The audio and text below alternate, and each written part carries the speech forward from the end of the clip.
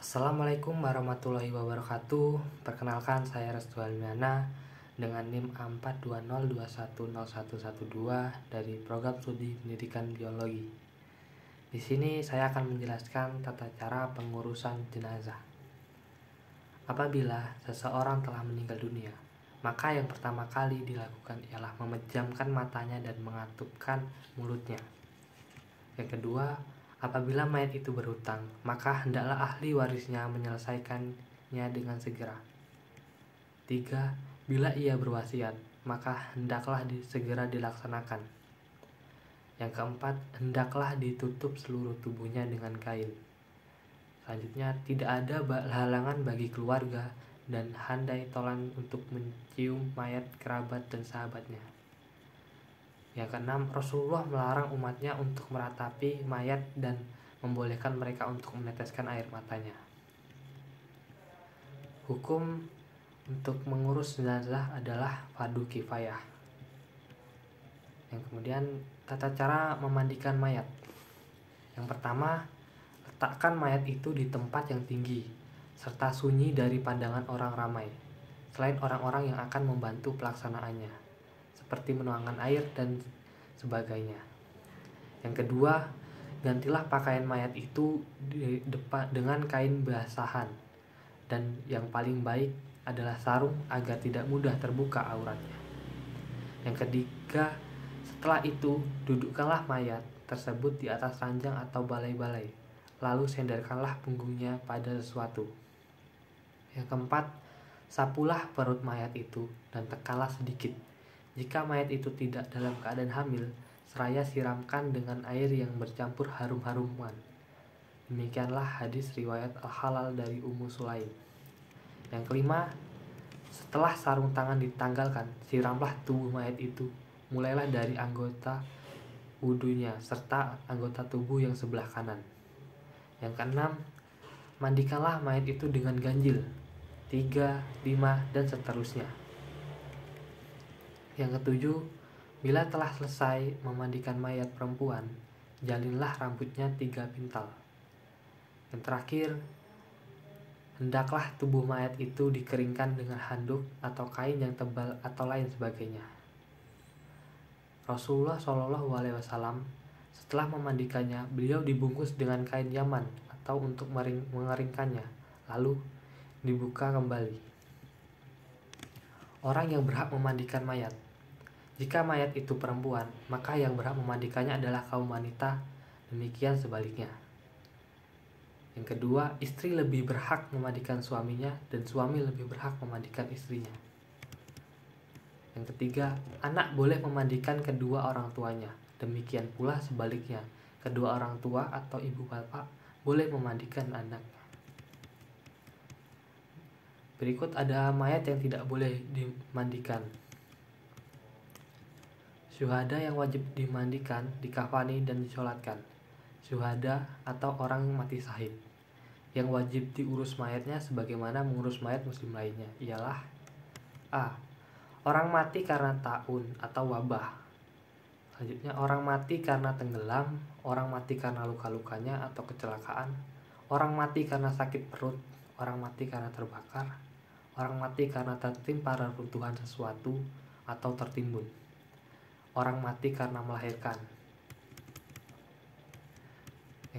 Kemudian tata cara mengkafani atau membungkus mayat. Yang pertama, kain kafan hendaklah diambil dari pokok harta peninggalan mayat tersebut. Sekiranya dia hanya memiliki sehelai kain, maka hendaklah dikafani dengan kainnya itu.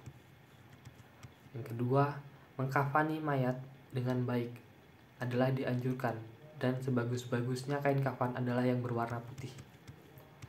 Yang ketiga, kafan itu hendaklah sekurang-kurangnya sehelai kain yang menutupi seluruh tubuh, lebih-lebih auratnya. Kafan yang baik adalah 3 helai kain untuk mayat laki-laki dan 5 helai untuk mayat perempuan. Selanjutnya, mengenakan harum-haruman seperti cendana, kasturi, dan lain-lain pada tubuh atau kafan mayat adalah sesuai dengan sunnah Rasulullah. Yang keenam, terhadap orang yang meninggal, dalam keadaan ihram hendaknya dikafankan sebagaimana pakaiannya sewaktu ihram, tidak ditutup badannya dan tidak pula dikenakan harum-haruman. Dilarang oleh syara berlebih-lebihan dalam mengkafankan mayat. Selanjutnya, menyolatkan jenazah. Syarat menunaikan sholat jenazah antara lain suci badan, pakaian, dan tempat sholat dari hadas atau najis, menghadap kiblat, dan menutup aurat. Cara melaksanakan sholat jenazah.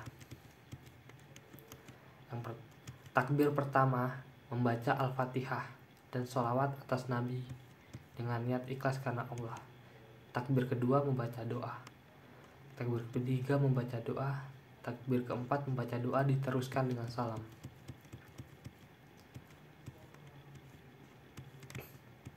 Menguburkan mayat. Sesudah selesai memandikan, mengkafani, dan mensolatkan mayat tersebut, maka wajiblah segera dikuburkannya dengan diantar oleh saudaranya sesama muslim dalam keadaan tenang tanpa membaca sholawat, tahlil, dan sebagainya. Orang yang berkendaraan hendaklah mengikuti di belakang jenazah, dan orang yang berjalan kaki boleh berjalan di mana saja yang dia kehendaki berdasarkan sabda Rasulullah Shallallahu Alaihi Wasallam.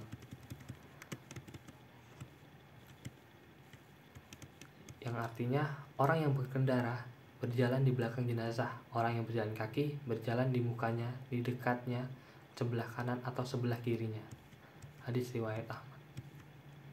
Bagi orang yang tidak ikut mengantarkan jenazah itu, bila menyaksikan jenazah diusung di hadapannya, hendaklah berdiri. Rasulullah Shallallahu Alaihi Wasallam bersabda, bila mana kalian melihat jenazah, maka hendaklah kalian berdiri hingga melewati kalian atau diletakkannya. Riwayat Bukhari dan Muslim dari bin Rabi'ah. Bila telah sampai ke kuburan, ucapan salam kepada ahli kubur, lepaskanlah alas kaki dan jangan pula duduk di atas kuburan. Buraidah berkata, adalah Rasulullah SAW mengajarkan mereka para sahabat apabila keluar kuburan. Kuburan itu hendaknya diperdalam dan dibuat lubang lahatnya sesuai sabda Rasulullah SAW. Galilah kuburan, perdalam dan perbaguslah, lalu kuburkan 2 atau 3 orang pada satu kubur. Rasulullah SAW melarang umatnya menguburkan mayat tatkala terbit matahari, tengah hari, dan hampir terbenamnya matahari.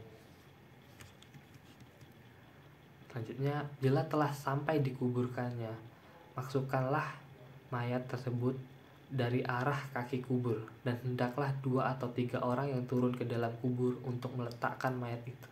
Dan dianjurkan pula bahwa yang akan turun meletakkannya adalah orang yang tidak menggauli istrinya pada malam hari sebelumnya.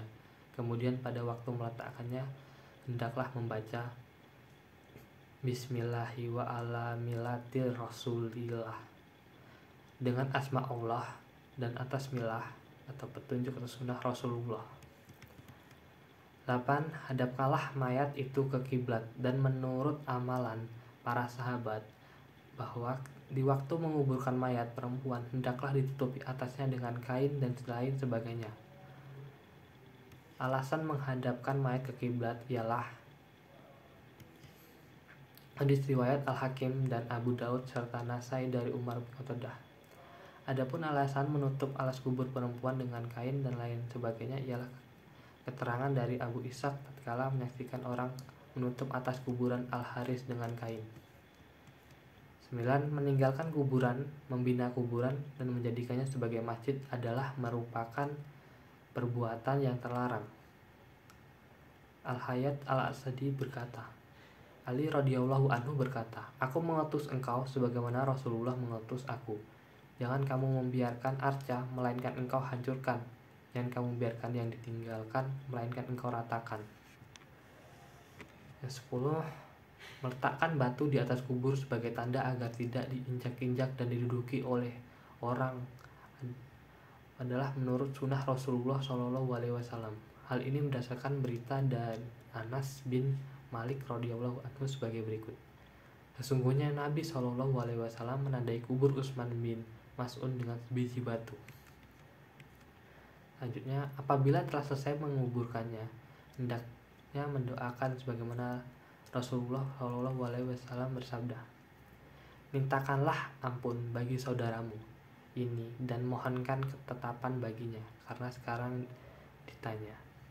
Hadis riwayat Abu Daud. Sekian penjelasan tata cara pengurusan jenazah dari saya. Apabila ada salah, saya mohon maaf. Wabillahi taufiq wal hidayah. Wassalamualaikum warahmatullahi wabarakatuh.